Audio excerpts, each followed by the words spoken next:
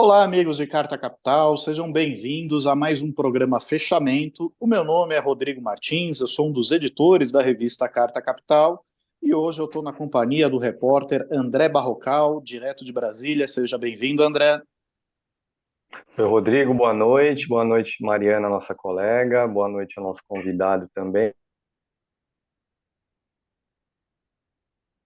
Opa, deu uma travadinha?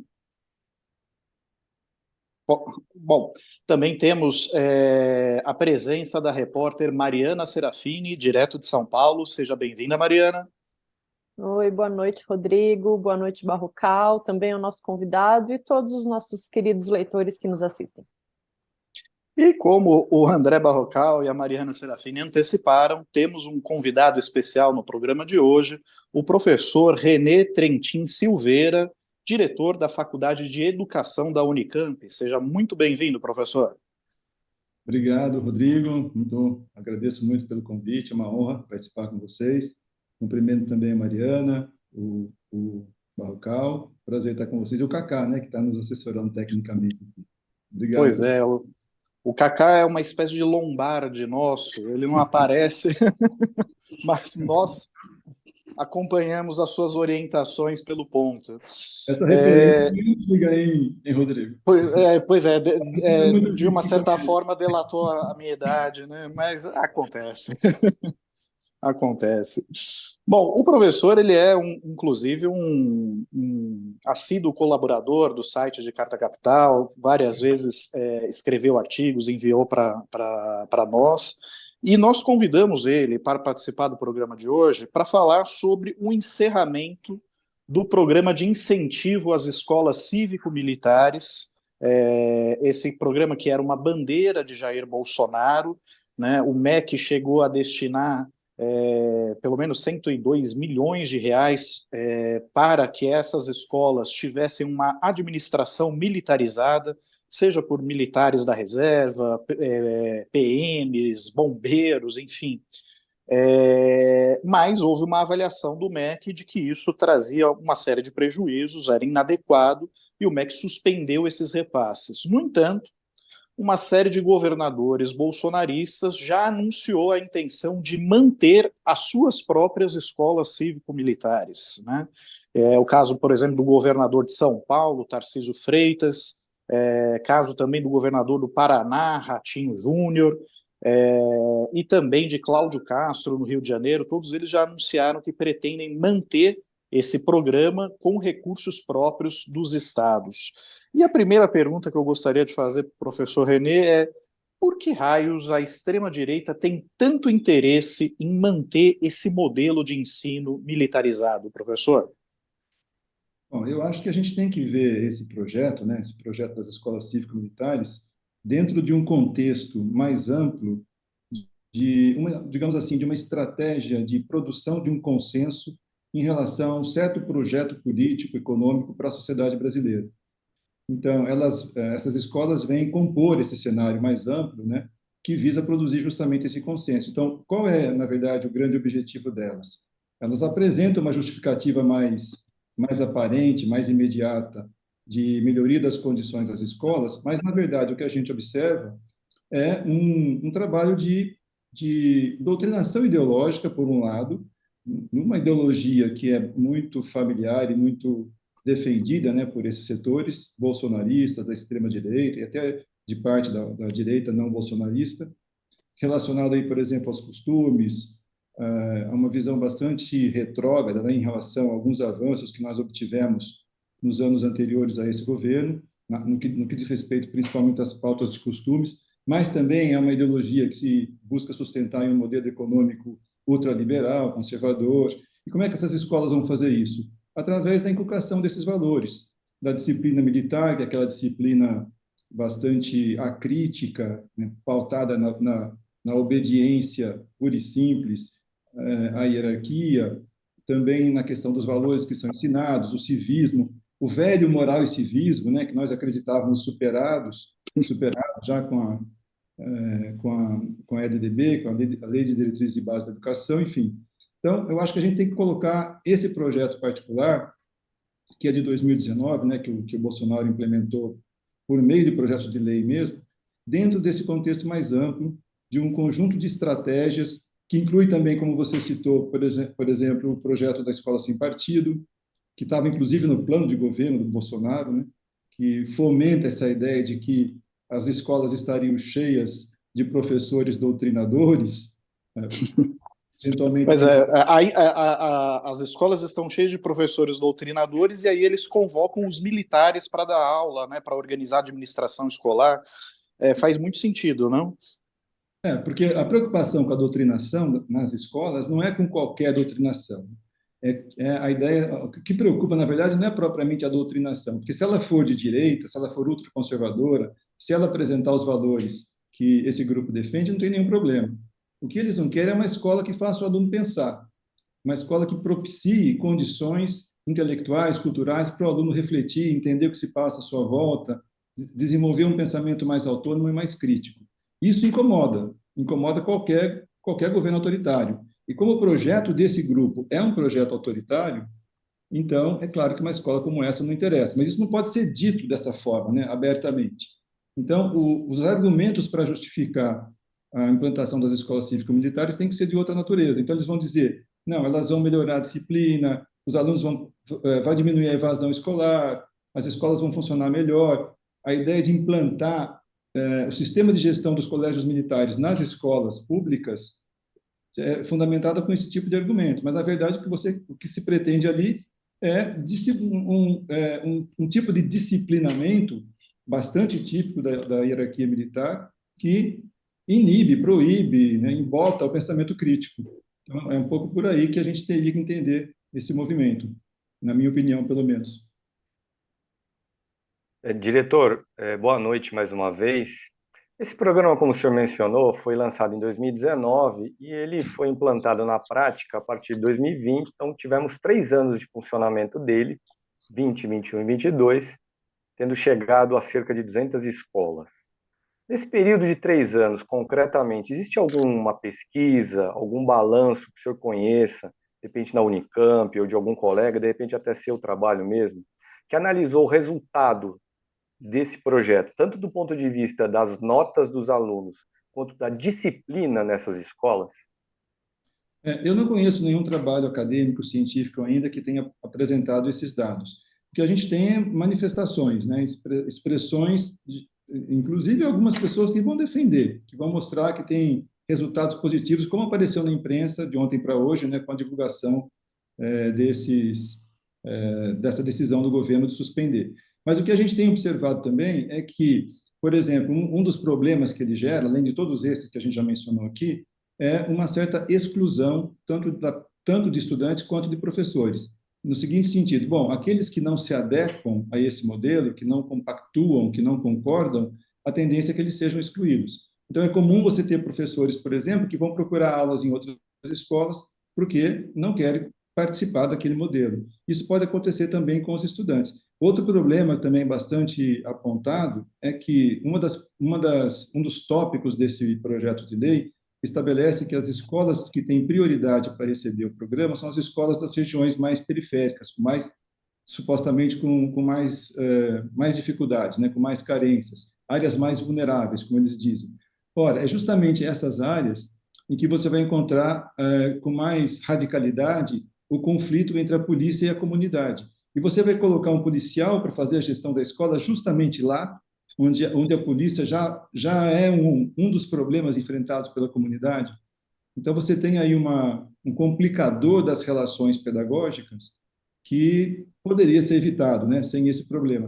E um último ponto também que eu acho importante destacar, que também a gente observa objetivamente como um dado já disponível, é uma certa dificuldade na relação com os professores das escolas, porque você imagina, o militar, em geral, o militar que vai ocupar essa função, seja na gestão ou seja em alguma outra atividade dentro da escola, é um militar da reserva. E além do salário de militar dele, que já é maior que o do professor, ele ainda vai receber um pouco mais por essa atividade que ele vai desenvolver ali. Então, você cria uma categoria diferenciada dentro da própria escola, levando a uma desvalorização ainda maior do professor, que é o responsável efetivo pelo processo pedagógico ali dentro. Então, esse é um outro dado, né, de realidade que a gente tem que compromete ainda mais o funcionamento da escola. Esse processo de desmotivação, de desprestígio, de desvalorização da categoria dos professores, como se eles não fossem capazes, por si mesmos, de resolver os problemas que a escola enfrenta sem a tutela do militar que foi posto ali de maneira artificial. Professor, como o senhor acabou de dizer, os salários desses militares que atuavam nessas cerca de 200 escolas, muitas vezes era superior até mesmo ao salário do diretor da escola. Os salários chegavam até 8, 9 mil reais. O investimento que estava previsto para esse programa, para esse ano, era de 86 milhões e 500 mil reais. No ano passado foram destinados 64 milhões e 200 mil reais ao programa. E um dos argumentos dos entusiastas da educação cívico-militar é a questão da disciplina, né, que melhoraria melhoraria a disciplina dos alunos, impediria a evasão escolar, e tem também a proposta da educação ser em 2 turnos, ser um turno os turnos completos.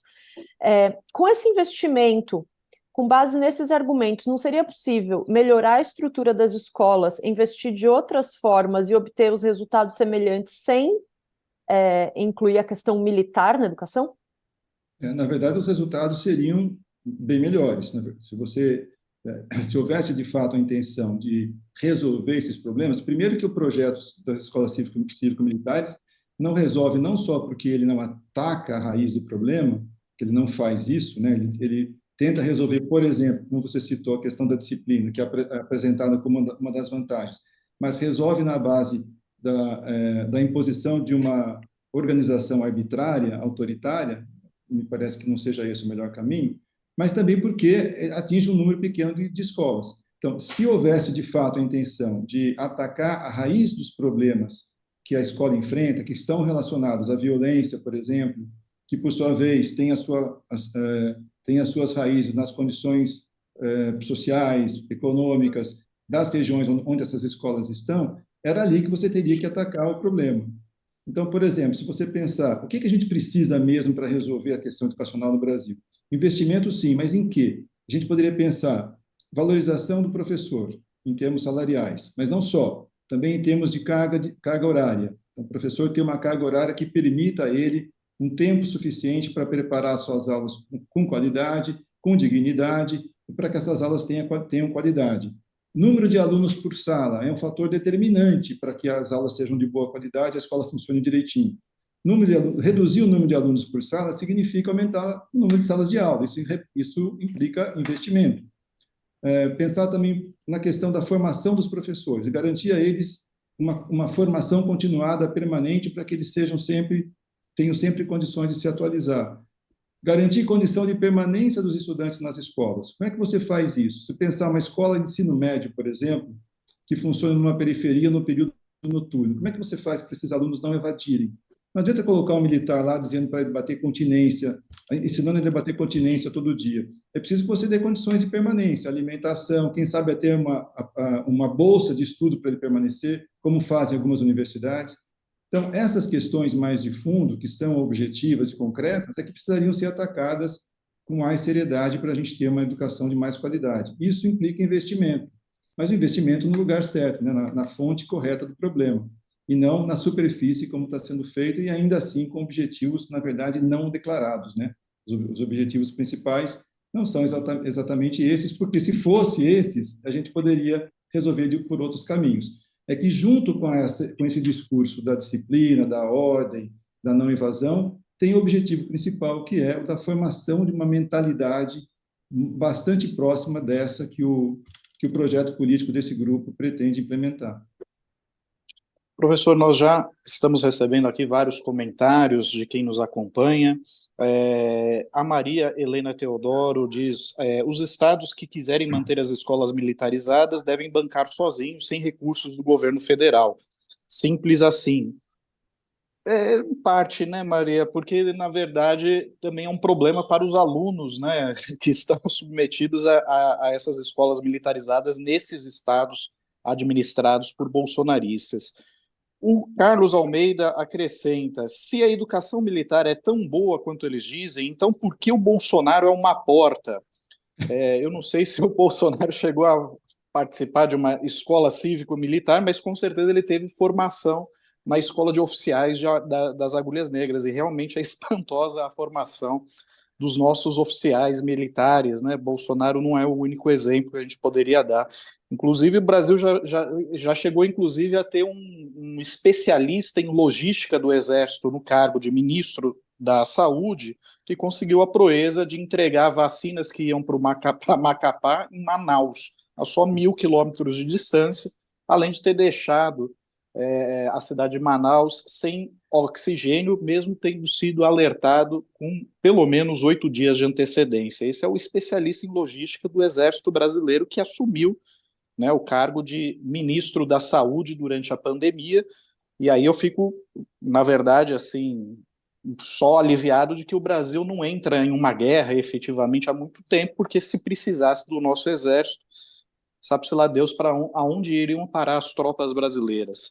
Mas antes de fazer a próxima pergunta para o professor René, eu gostaria que o Kaká exibisse aqui um trechinho de um discurso proferido pelo deputado federal Eduardo Bolsonaro, filho 03 do ex-presidente, no último fim de semana, durante um evento pró-armas em Brasília, no qual ele tece também alguns comentários sobre o que ele chama de professores militantes. Kaká, solta pra gente, por favor. As armas nos unem. A gente está trabalhando sempre pelo direito à legítima defesa. A gente sabe que o momento agora é de resistir, é de sobreviver. Falo com alguns colegas de clube que já fizeram demissões. Mas isso daí não pode ser impeditivo da gente fazer o certo. E o certo começa pela nossa família. Se nós, por exemplo, tivermos uma geração em que os pais prestem atenção na educação dos filhos, tirem um tempo para ver o que eles estão aprendendo nas escolas, não vai ter espaço para professor, doutrinador tentar sequestrar as nossas crianças. Não tem diferença. Não tem diferença de um professor doutrinador para um traficante de drogas que tenta sequestrar e levar os nossos filhos para o mundo do crime. Talvez até o professor doutrinador seja ainda pior, porque ele vai causar discórdia dentro da sua casa, enxergando opressão em todo tipo de relação. Fala que o pai oprime a mãe oprime o filho, e aquela instituição chamada família tem que ser destruída. Bom, vimos aí a declaração do deputado federal Eduardo Bolsonaro, filho 03 do ex-presidente, durante um evento pró-armas em Brasília no último fim de semana, no qual ele compara a atuação do que ele chama de professores militantes a de traficantes, né, de narcotraficantes, que estariam aí interessados em sequestrar as nossas criancinhas e levar para o caminho do mal. Agora, professor, ao mesmo tempo em que a extrema-direita apresenta esse projeto de educação militarizada, ela também defende com muito afinco o projeto que eles batizaram de escola sem partido e que, na avaliação de várias categorias, né, de profissionais da educação, representa uma mordaça ao professor, né, porque quer evitar que o professor faça qualquer comentário de natureza política dentro de sala de aula. Em que medida esses dois projetos estão coadunados na mesma proposta da extrema-direita no Brasil? Eu acho que a gente pode considerar que as escolas cívico-militares, de certa maneira, são uma resposta, né, uma continuidade a esse movimento Escola Sem Partido, que é anterior ao governo Bolsonaro, né? Escola Sem Partido é um projeto que tem início ali em 2003, 2004, mais ou menos, que foi ganhando um certo corpo, surfando aí em algumas ondas, né, que ocorreram de lá para cá, e o Bolsonaro, eu não sei se foi o único, mas certamente foi um dos que incorporou no seu programa de governo esse projeto. Então você tem ali todo um movimento, um denuncismo, né, falso, sem nenhum fundamento de que haveria esse trabalho que eles chamam de doutrinação ideológica, né, nas escolas, que para eles é uma doutrinação de esquerda. Eles têm, na verdade, três preocupações, né, principais, quando eles se referem à doutrinação. Eles se referem à doutrinação política de esquerda, entenda-se basicamente o Partido dos Trabalhadores, né, que é o seu principal adversário. Tem a questão de gênero, que eles costumam chamar de ideologia de gênero, toda essa coisa extremamente esquisita e retrógrada, né, em relação à questão da diversidade, enfim, que eles não toleram. E a questão a questão racial, principalmente do movimento negro, que incomoda bastante, né? A crítica, toda a crítica que eles fazem ao sistema de cotas, por exemplo, que na visão desse grupo cerceia aí o direito de acesso pelo sistema, pelo critério da meritocracia que eles tanto defendem. Então, tudo isso aí para eles colocam no que eles chamam de doutrinação ideológica. E então, se você tem desde 2005, 2004 por aí esse movimento crescente de denúncia falsa em relação a esse movimento que eles enxergam nas escolas, você tem então em seguida uma resposta a isso que seria o projeto das escolas cívico-militares. Além, né, de outras iniciativas, por exemplo, o projeto Escola Sem Partido gerou também alguns projetos de lei nas diversas instâncias de poder legislativo. E, felizmente, depois, pelo Ministério Público, enfim, também acho que o Supremo Tribunal Federal declararam a inconstitucionalidade, né? Justamente porque cerceia o direito de ensino dos professores. Mas, de novo, embora o discurso seja esse, a questão para eles não é a doutrinação, porque, evidentemente, eles sabem que a grande maioria dos professores não tá engajada num projeto de formação política na direção X ou Y. Até porque muitos professores, se você olhar o estado de São Paulo como exemplo, né, há muito tempo a gente não tem concurso aqui para professores. Se não me engano, está em torno de 5 ou 6 anos já sem concurso. Agora que vai ter um mais recentemente, né? Isso significa que nós temos nas escolas hoje um percentual muito grande de professores que não são formados nas disciplinas que lecionam, ou que são contratados de maneira precária ou temporária. Esses professores não estão nem conseguindo dar as aulas direito que eles teriam que dar, quanto mais se preocupar em fazer um trabalho de doutrinação ideológica, seja para qual direção for essa ideologia. Então, não é essa a questão para eles. A questão é que eles querem uma escola que faça a doutrinação que interessa a esse grupo. Então, doutrinação para eles significa pensamento divergente. Pensou diferente de mim, está doutrinando. O que eles querem é que as pessoas pensem como eles. Então, tudo que for na direção daquilo que eles defendem nunca será entendido como doutrinação, mesmo que seja explicitamente doutrinário.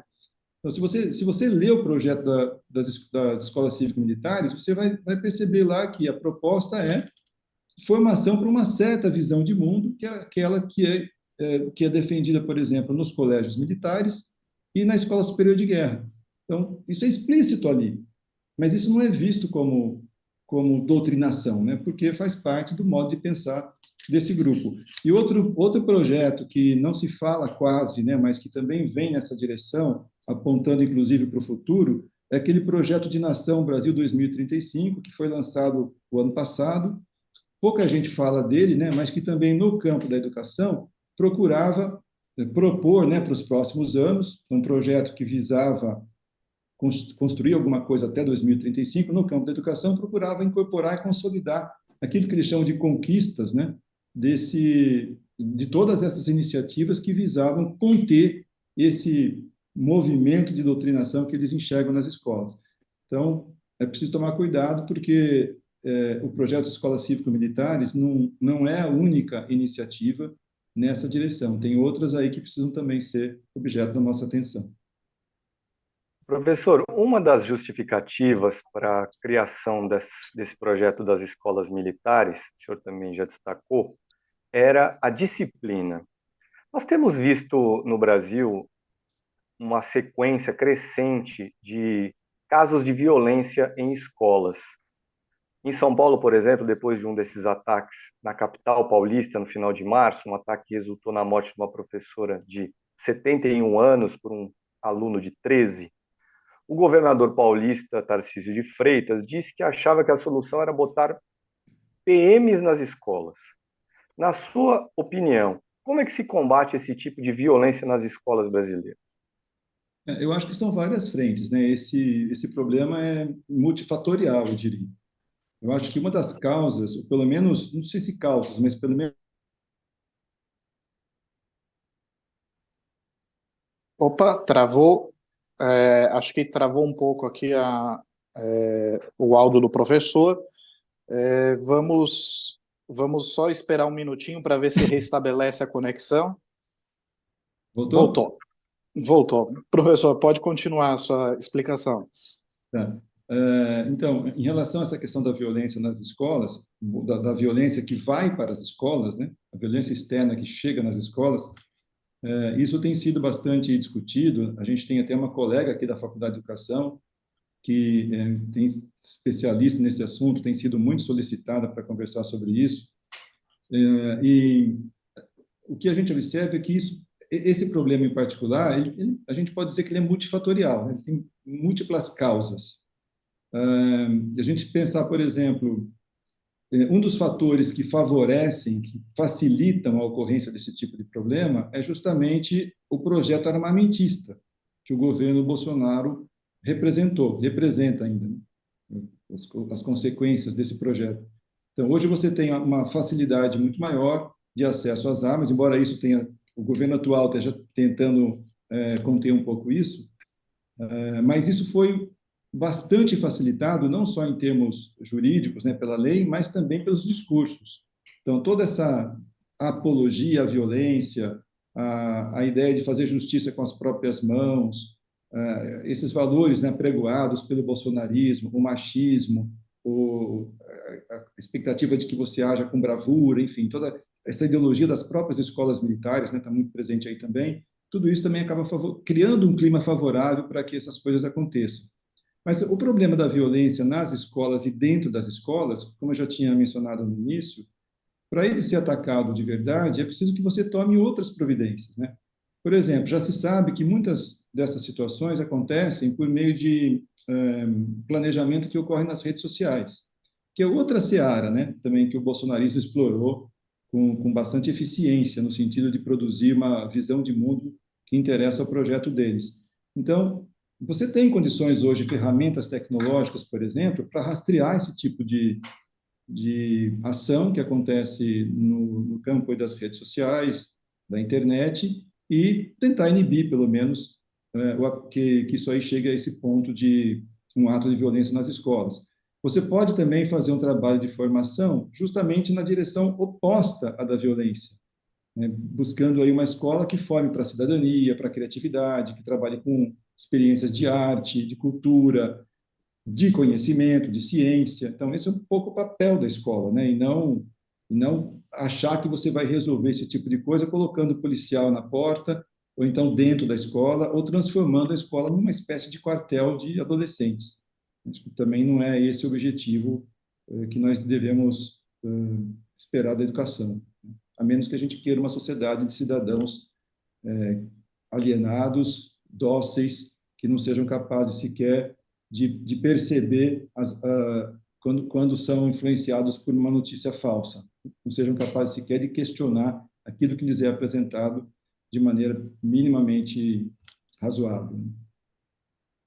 Professor, agora que o MEC suspendeu o programa das escolas cívico-militares, tão logo saiu o anúncio, como a gente já falou aqui no começo do programa, vários governadores vieram a público, governadores da ala do bolsonarismo vieram a público anunciar que não só vão manter o projeto da educação cívico-militar nos estados e, em alguns casos, até pretendem ampliar via decreto, como foi o caso do governador Tarcísio de Freitas aqui em São Paulo.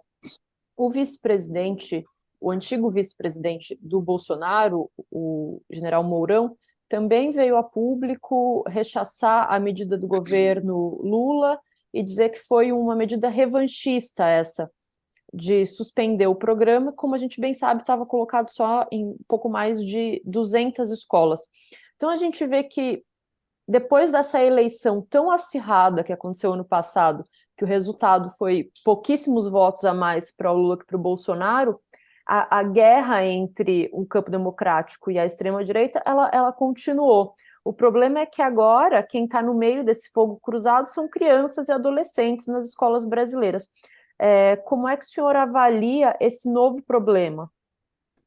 Deixa eu só fazer uma observação antes de te responder. Eu citei aqui uma colega da faculdade que trabalha com essa questão da violência, mas não falei o nome dela, né? Ela se chama Thelma Vinha, professora Thelma Vinha, que tem se especializado na discussão sobre essa questão da violência nas escolas. Quem sabe ela pode ser um dia uma convidada de vocês aqui, se é que já não foi.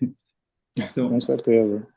então essa questão da reação, né, a essa medida do governo atual, do governo Lula, eu acho que era esperada, né? Se a gente entende que as escolas cívico-militares fazem ou faziam parte de uma estratégia mais ampla de produção de uma hegemonia na direção de um certo projeto político, é óbvio que isso ia ter uma reação. Então, principalmente, ou pelo menos, dos governos que compactuam, né, com esse projeto, os governos bolsonaristas. No caso de São Paulo, o Tarcísio, né, por exemplo, me parece que foi também uma estratégia de recompor um pouco o apoio que ele perdeu quando declarou publicamente a sua adesão ao projeto da reforma tributária. Ele foi bastante criticado, né, pelos próprios bolsonaristas e talvez tenha sido também um pouco motivado por essa necessidade de reconquistar parte, pelo menos, desse apoio, acenando aí para os setores mais extremistas do bolsonarismo. Mas, na prática, é isso, né? Eu acho que é uma decisão que visa não perder essa possibilidade de fazer da escola também um instrumento de produção dessa hegemonia, dessa visão de mundo que serve para justificar o projeto político desse grupo. Então, eles vão fazer isso mesmo, é esperado. Agora, como reagir a isso? Então, aí eu acho que cabe também aos professores, à sociedade civil organizada, aos sindicatos, ao próprio movimento estudantil, se mobilizar para poder reagir contra essa medida, né? Tanto do ponto de vista político, nas mobilizações, quanto também do ponto de vista jurídico, no sentido de garantir a liberdade do professor, o cumprimento dos objetivos da Lei de Diretriz e Base da Educação, a LDB, que visa formar uma cidadania crítica, um cidadão capaz de compreender o mundo em que ele vive e agir para transformá-lo, né? Enfim, tudo isso que a gente espera de uma educação minimamente libertadora, né, e voltada para uma cidadania mais ativa, mais crítica. Professor, continuamos recebendo aqui algumas mensagens. A Soraya diz, e eles não pregavam escola sem partido, agora querem uma escola com partido militar? E a Liriane de Pinho acrescenta, cabide de emprego para milico, eles tiram da educação do Estado e pagam uma miséria para o professor concursado formado. Antes de fazer a última pergunta, eu gostaria só de pedir para o Cacá exibir aqui a print de um artigo que foi assinado pelo professor René na Carta Capital essa semana, Professores Perigosos, felizmente, no qual ele comenta a declaração de Eduardo Bolsonaro, né, e mostra muito claramente o porquê incomoda tanto uma educação que faça o cidadão pensar, né? Inclusive tem uma passagem que eu acho muito interessante quando o senhor lembra da questão do ensino domiciliar, né? A tentativa de controlar o que as crianças vão ser expostas, né? Em termos de educação, enfim, de conhecimento e tal, ela é restrita até ao ambiente doméstico, tamanha a necessidade que eles têm de tentar controlar o que a juventude pensa. Mas, professor, a última pergunta que eu gostaria de fazer, na verdade, não tem relação exatamente com isso, e sim com a reforma do ensino médio. Por que o governo Lula demora tanto a revogar de vez essa reforma, ou o senhor acha que é possível, de fato, resgatar algo do que foi aprovado na época de Michel Temer para o ensino médio? Essa é uma pergunta que eu me faço também, Rodrigo. Por que o governo Lula demora tanto para revogar essa reforma? Isso deveria ser o primeiro ato do ministro da Educação, na minha opinião. Se a gente descontar aí o período do governo Bolsonaro, né, pegando aí o que foi do Temer, para mim essa foi a medida mais nefasta no campo da educação que nós tivemos nos últimos tempos, porque ela introduz, né, coisas que a gente achava superadas, ela cerceia o direito dos jovens e adolescentes ao acesso à educação de verdade, ela estabelece ali uma dicotomia entre formação geral e uma suposta falsa formação profissional que eles colocaram ali abstratamente, artificialmente, no que foi chamado de itinerários formativos, que na verdade não é nenhuma coisa nem outra, né? Então, você tem uma escola muito descaracterizada, com professores assim absolutamente perdidos, porque também foram pegos, digamos assim, de surpresa, de última hora com essa proposta. E mesmo que ela fosse, mesmo que a gente tivesse as condições adequadas para que ela funcionasse, mesmo que ela fosse implementada de maneira, digamos assim, correta, né, para que funcionasse, mesmo assim ela seria ruim, justamente porque ela estabelece essa dicotomia. Então, você reduziu demais a formação geral, e com isso você diminui as condições para que esses estudantes adquiram as ferramentas culturais, científicas que eles precisam para ser esse cidadão que a gente estava comentando aqui, né, capaz de pensar, de ser criativo, de governar a sociedade, não apenas de ser obediente a quem governa, não Em apenas de... compensação, eles vão aprender a fazer brigadeiros. Pois é, esses exemplos que foram apresentados mais recentemente mostram o absurdo dessa proposta. Se você visitar as escolas, conversar com os professores, você vai ver que assim, não tem praticamente ninguém satisfeito com isso, porque é uma grande farsa. Aquela propaganda que foi feita na época, né, sobre o chamado novo ensino médio, que mostrava uma série de opções, o estudante podia fazer isso, podia fazer aquilo, podia ser design de informática, e não sei mais o quê, aquilo deveria ser objeto de uma... Aquilo, na verdade, foi um crime, um estelionato, né? Porque as escolas nem são obrigadas, por lei, a oferecer tantas opções. E nenhuma delas tem condições de fazer isso. E mesmo que tivesse, isso não seria suficiente para garantir a realização do direito à educação. Por que nas escolas privadas isso não acontece?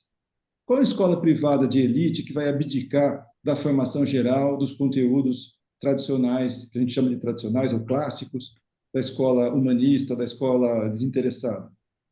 Então, por que para a classe trabalhadora, que é aquela que se beneficia, que estuda na escola pública, ela pode ser desse jeito? Então, tem um fundamento aí nessa proposta que precisa ser problematizado, precisa ser questionado.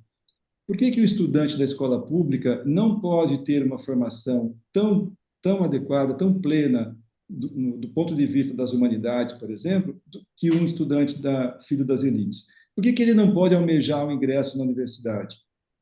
Tem esse fator também, né? A ideia de que você pode destinar o jovem para o mercado de trabalho já no ensino médio, que é uma ideia que já estava presente lá na reforma da Lei 5.692, de 1971, do regime militar, que tinha transformado o ensino médio em profissionalizante. Não é a mesma coisa, evidentemente. É uma reforma mais sofisticada essa, né? Entre aspas. Ela vende a ideia de um atendimento a uma expectativa dos estudantes, mas é uma ideia falsa, não só porque não atende na prática, porque escola nenhuma consegue oferecer um leque significativo de opções para esses estudantes, mas também porque não só não faz isso, como também não permite que ele tenha a formação adequada para a continuidade da sua escolaridade.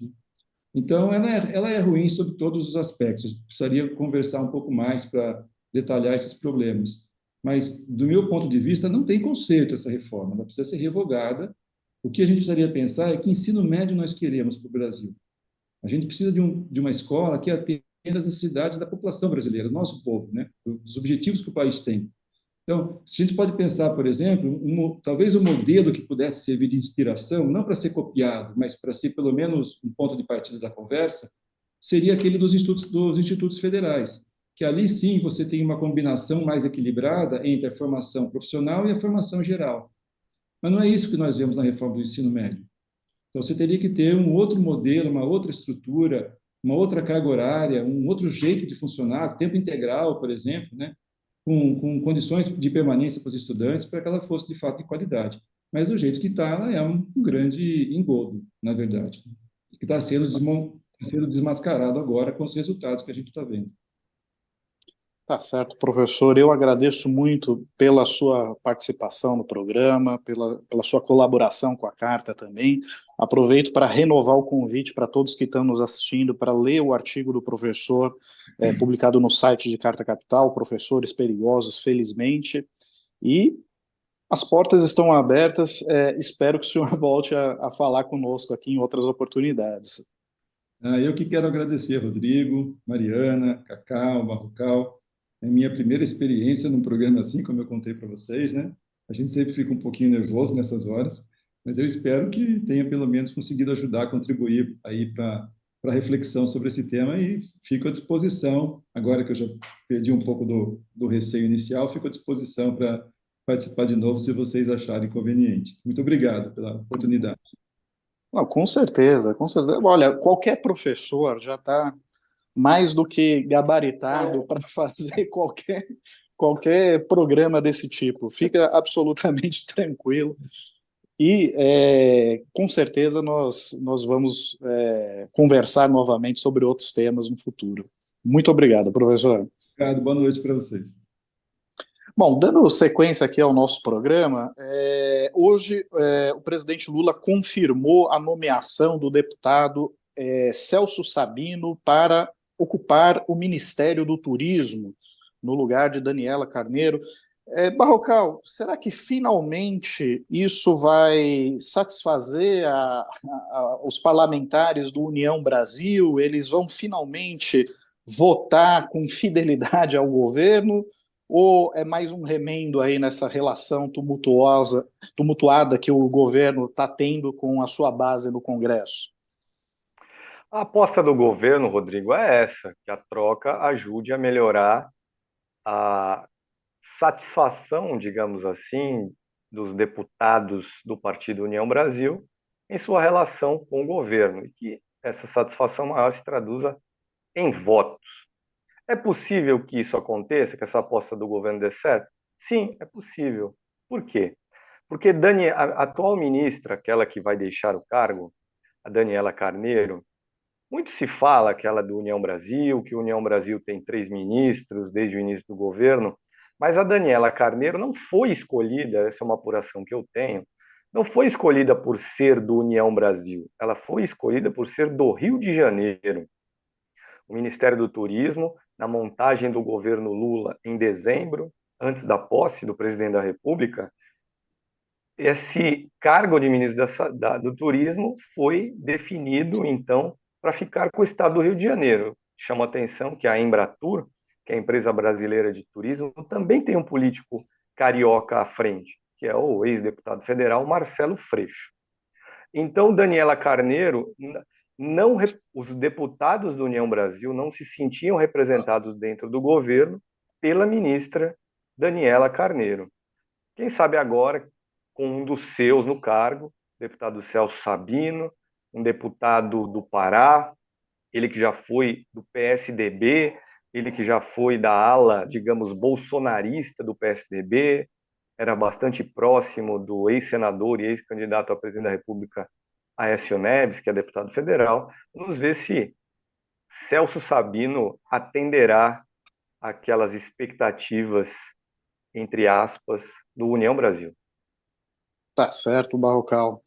E a Mariana preparou uma reportagem para a edição impressa de Carta Capital, expondo os problemas das universidades públicas paulistas, no caso USP, Unicamp e Unesp, que há pelo menos 34 anos, né, são financiadas com recursos do ICMS, uma fração de toda a arrecadação de ICMS do Estado vai para o financiamento dessas universidades. Essa foi uma medida que foi tomada à época do governador Orestes Quércia e do então secretário de Ciência e Tecnologia da época, o economista Luiz Gonzaga Beluso, também consultor editorial de Carta Capital, justamente para dar autonomia financeira para as universidades paulistas, e aparentemente isso trouxe muitos resultados, afinal essas universidades estão sempre no topo dos rankings nacionais, dos rankings internacionais, como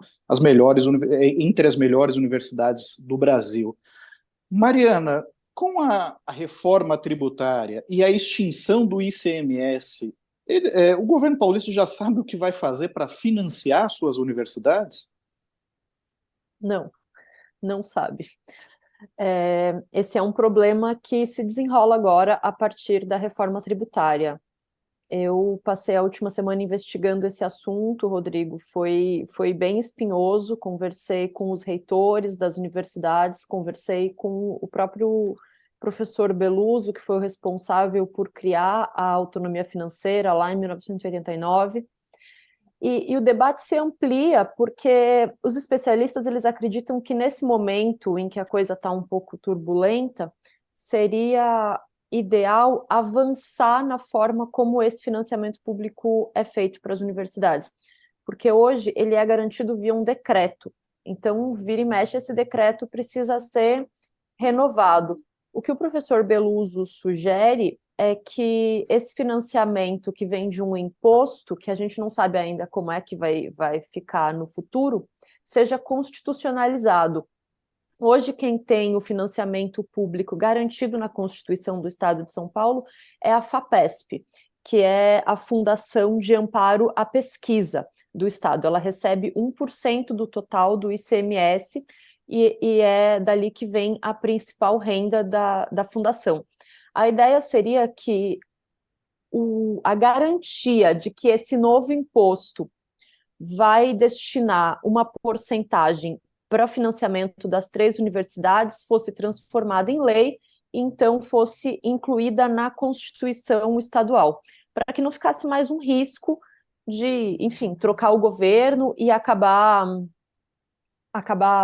mexendo nesse decreto e acabando com a autonomia das universidades.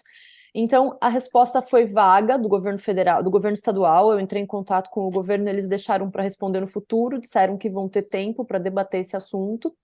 E eu acho que vale bastante ler a reportagem, porque eu trago todas as hipóteses apresentadas pelos especialistas. Então, eu conversei com alguns especialistas que estão trabalhando nessa área da Unicamp, além dos reitores.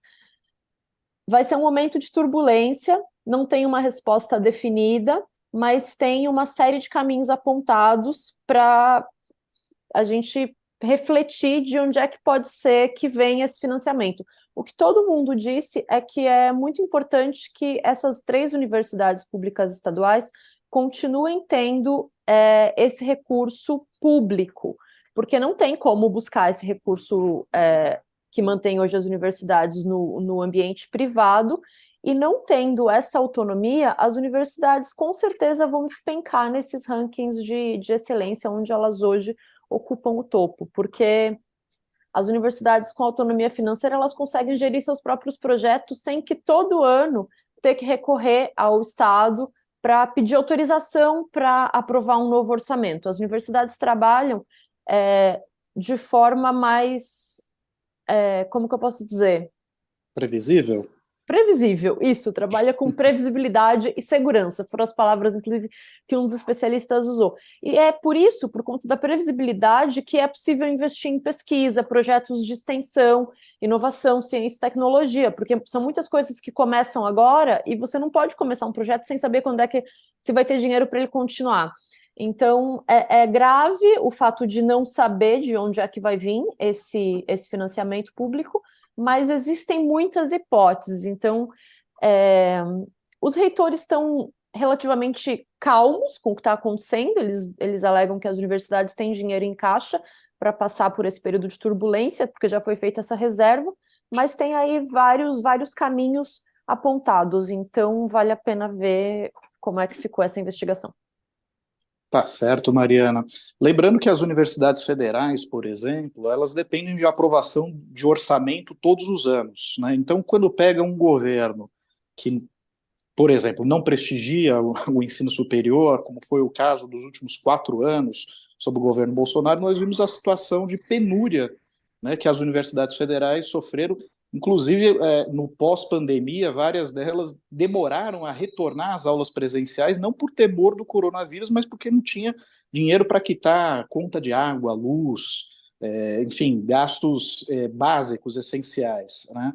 As universidades públicas do estado de São Paulo, elas têm um modelo único no país, né, porque elas são financiadas basicamente a partir de uma fração de um imposto, então um recurso carimbado, e que há uma certa previsibilidade, né? Claro que a arrecadação pode aumentar um pouquinho, diminuir um pouquinho, a depender de uma crise, por aí vai, mas existe a garantia de que aquele percentual da arrecadação vai para as universidades públicas, né? E que não vai sofrer algum corte orçamentário, algum contingenciamento de recursos, que é muito comum ocorrer na gestão orçamentária das universidades federais, por exemplo, né? Agora, Barrocal, nesta semana nós tivemos uma série de depoimentos ou não depoimentos que atraíram os holofotes. Vimos o tenente-coronel Mauro Cid, ex-ajudante de ordens de Jair Bolsonaro, comparecer a uma sessão da CPMI dos atos golpistas no Congresso Nacional e permanecer em silêncio até quando foi perguntado sobre a sua idade. Nem isso ele quis revelar, né? E depois tivemos também um depoimento que foi dado pelo ex-presidente Jair Bolsonaro à Polícia Federal, no qual ele basicamente negou a intenção de ter grampeado o ministro Alexandre de Moraes, do Supremo Tribunal Federal, e então presidente do Tribunal Superior Eleitoral, durante um encontro que ele teve com um amalucado senador, Marcos Duval, nosso homem na SWAT, né, que andou dizendo por aí que havia sido sondado para grampear um ministro do Supremo durante o período eleitoral. Alguma surpresa nesses depoimentos, Barrocal? Nenhuma surpresa, Rodrigo. Não era de se esperar que os dois, Mauro Cid e Jair Bolsonaro, fossem se incriminar. Quem achava isso era ingênuo, para dizer o mínimo. O coronel Mauro Cid, tenente-coronel do Exército, Mauro César Barbosa Cid, foi chefe dos ajudantes de ordem de Jair Bolsonaro na presidência. Valeu-se de uma decisão do Supremo Tribunal Federal para, basicamente, ficar em silêncio quando lhe convinha e não se incriminar. A Constituição brasileira permite que as pessoas não sejam obrigadas a se auto-incriminarem. Chamou atenção ali, eu destacaria aqui, foi a decisão dele de comparecer à CPI usando farda, ou seja, quis deixar bem claro que se tratava de um militar ali diante dos parlamentares.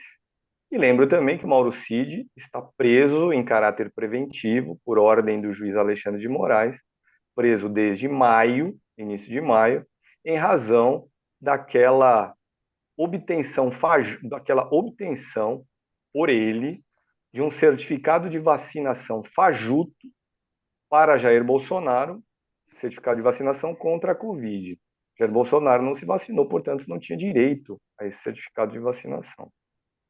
Quanto ao que disse Bolsonaro perante a Polícia Federal, no caso aí de alguma orquestração contra o juiz Alexandre de Moraes, também não dava para imaginar que ele fosse chegar lá e dizer, sim, eu mandei, participei aí, me articulei com parlamentares para a gente golpear Alexandre de Moraes. Tudo dentro dos conformes, Rodrigo. Tá certo, Barrocal.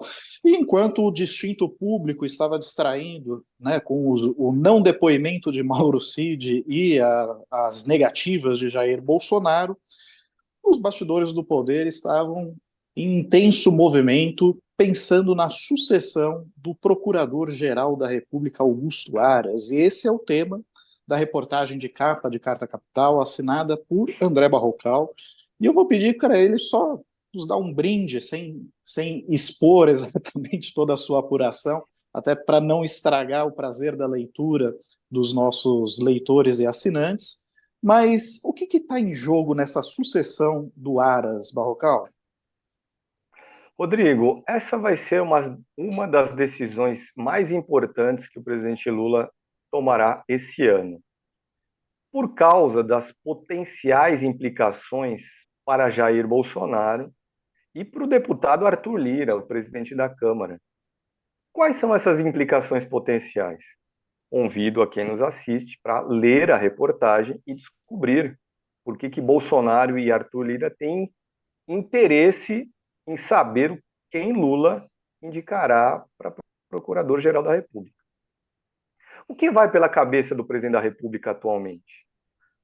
Podemos dizer com certeza que ele não, até porque ele já disse publicamente, que ele não se guiará mais, como havia feito nos outros dois governos, pela lista tríplice eleita pela própria categoria de procuradores. Não vai dar bola para essa lista. Uma lista que foi preparada assim mesmo. Lula também já disse publicamente, tende a tomar uma decisão solitária. Mas quais são as variáveis que ele levará em conta? Qual é o cenário que está colocado diante dele? Quem são os potenciais candidatos e quem são os figurões por trás de cada um desses candidatos? Vou citar aqui, mas convido a todos, mais uma vez, para lerem a reportagem e descobrirem esses detalhes. Nós temos, por exemplo, um subprocurador que é conservador raiz, talvez seja o favorito para a vaga. Quem é ele? Quais são os figurões por trás dessa candidatura? Leia em Carta Capital. Temos também no páreo, correndo por fora, um subprocurador-geral que é progressista raiz.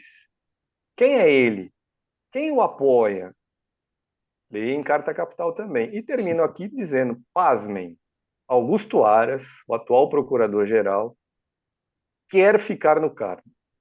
Está há 4 anos, graças a 2 indicações de Jair Bolsonaro, mas ele acha que pode seguir no posto e conta, inclusive, com algumas vozes simpáticas dentro do próprio governo Lula. Quem são essas vozes? Leiam em Carta Capital. Bom, e eu acrescento, assine Carta Capital para você ler ainda hoje, né? Porque os assinantes de Carta Capital não precisam sequer esperar chegar a revista em casa, se for assinante da edição impressa, para ter acesso já na quinta-feira à noite. Todo o conteúdo da revista está disponível para os assinantes lerem em nosso site ou no app de Carta Capital, no aplicativo de Carta Capital, disponível aí nas lojas do iOS ou do Google Play. Agora, eu só gostaria de lembrar uma passagem rápida, assim, que na verdade foi uma revelação feita pela Globo News, de um depoimento que foi dado pelo hacker Walter Delgatti, o hacker da Vaza Jato, aquele que revelou todo o conluio de Sérgio Moro com procuradores da República de Curitiba para prender Lula a todo custo. Pois bem, esse hacker, em depoimento à Polícia Federal, de acordo com a apuração da Globo News, teria dito que a deputada Carla Zambelli, bolsonarista, né, até a medula, o procurou durante as eleições do ano passado, mais especificamente em setembro do ano passado, quando as pesquisas já apontavam Lula na liderança e Bolsonaro estava desesperado tentando deslegitimar o sistema eleitoral. Pois bem, esse hacker disse que se encontrou à beira da rodovia dos Bandeirantes com Carla Zambelli, ocasião na qual a parlamentar bolsonarista teria pedido para ele invadir as urnas eletrônicas, o celular do ministro Alexandre de Moraes e a sua conta de e-mail. E o mais surpreendente é que, assim, bom, ele já tinha acesso à conta de e-mail de Alexandre de Moraes, porque já tinha invadido a conta dele em 2019, na época da Vaza Jato, mas não conseguiu acessar nem o celular de Alexandre de Moraes e muito menos a urna eletrônica, que está inacessível. Ao cabo, Mariana, Walter Delgatti acabou dando um atestado de que o sistema eleitoral brasileiro é realmente bastante seguro, não? Parece que sim. Curioso, né? A pessoa vai, encontra com o gênio e pede para ele burlar o sistema eleitoral brasileiro. Como a pessoa não pede para invadir a conta do Elon Musk, sei lá? Pois é, né? Pois é. Bom, nos encaminhamos... Rodrigo, então, só se você me permite claro. fazer um acréscimo. No ano passado, quando o hacker surgiu em cena, se reunindo com Carla Zambelli, com Jair Bolsonaro, eu escrevi uma reportagem aqui em Carta Capital, isso faz um ano, quase um ano, foi em agosto do ano passado. Eu escrevi uma reportagem aqui em Carta Capital chamando a atenção para essa hipótese de que um dos interesses do bolsonarismo no hacker era violar as urnas eletrônicas para provar que elas eram passíveis de fraude e, com isso, melar a nossa eleição. Também não era uma hipótese sem fundamento. Pois é. Na verdade, você anteviu, porque a matéria foi em agosto e o encontro que ele descreve à Polícia Federal ocorreu em setembro, às margens da rodovia dos Bandeirantes em São Paulo.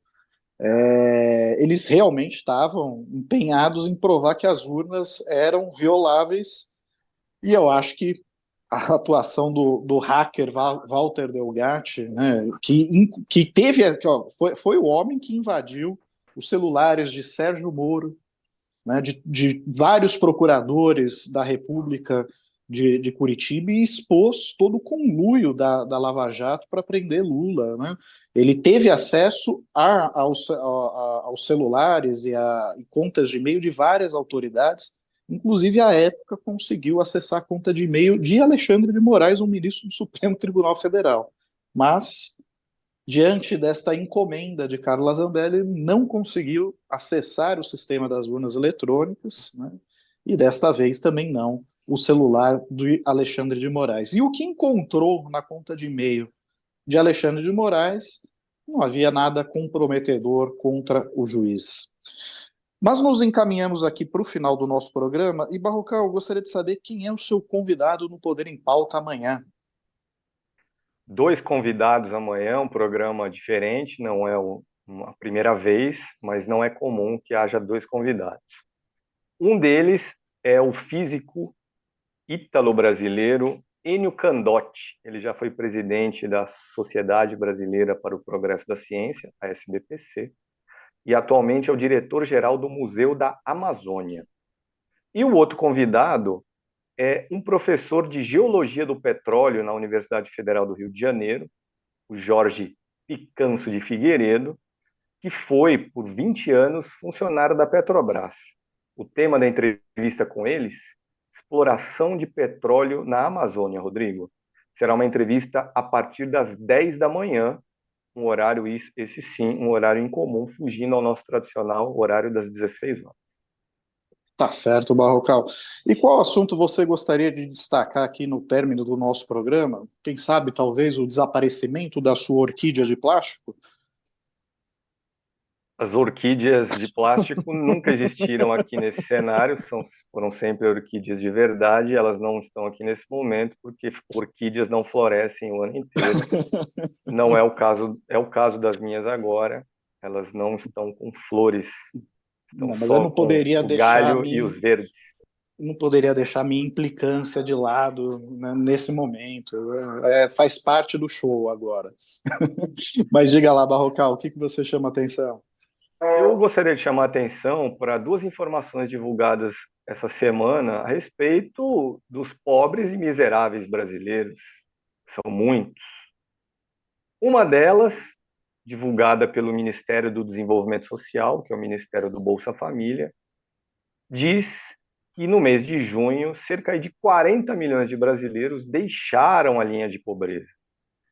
Isso aconteceu devido à implementação, segundo o Ministério, devido à implementação completa do Bolsa Família renovado e remodelado, que agora é um benefício que é pago no valor de R$ 600, com um adicional de R$ 150 para cada filho de uma determinada família.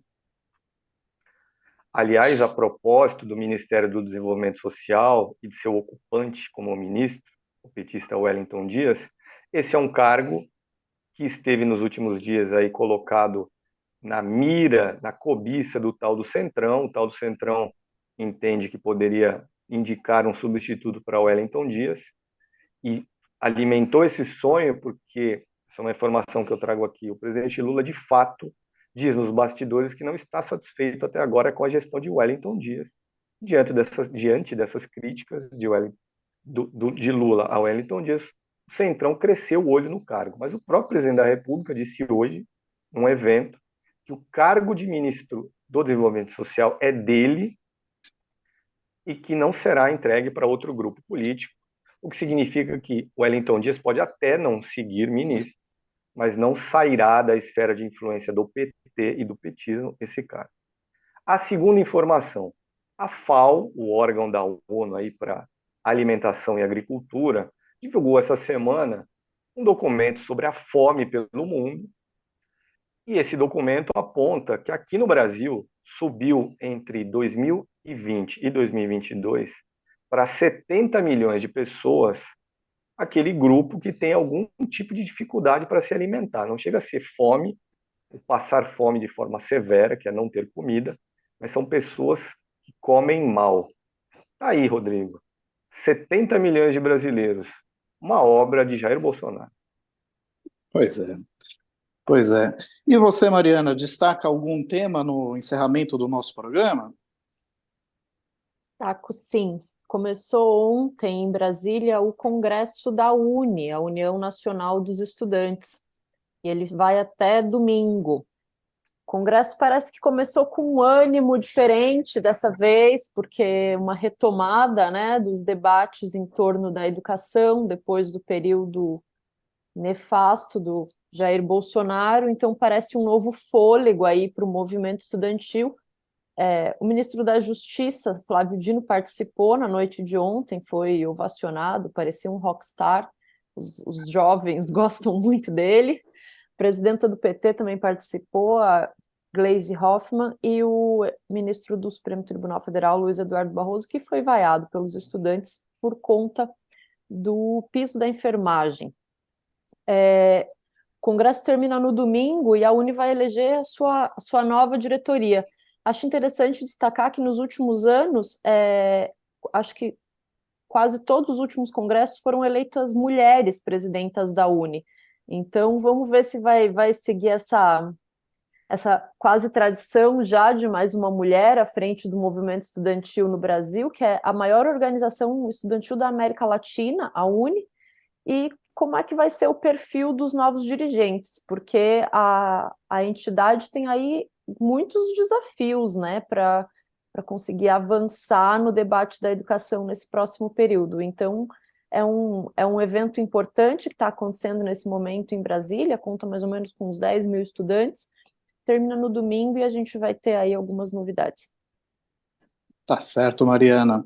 Bom, eu agradeço muito a participação dos meus colegas de bancada hoje, ao André Barrocal, direto de Brasília, a Mariana Serafini, de São Paulo, ao nosso convidado que esteve até pouco tempo, René Trentin Silveira, que é diretor da Faculdade de Educação da Unicamp, e também a todos que nos acompanharam aqui pelo canal de Carta Capital no YouTube, e a todos que ainda vão nos assistir na reprise que será exibida pela TVT às 10h30, na TV aberta, e aproveito também para renovar o convite para vocês assinarem Carta Capital, seja a versão impressa para você receber a revista na sua casa no fim de semana, ler com calma, ler no papel, seja a edição digital para quem está aí mais habituado, né, a ler tudo no celular, no tablet, no computador, e aí você terá todo o conteúdo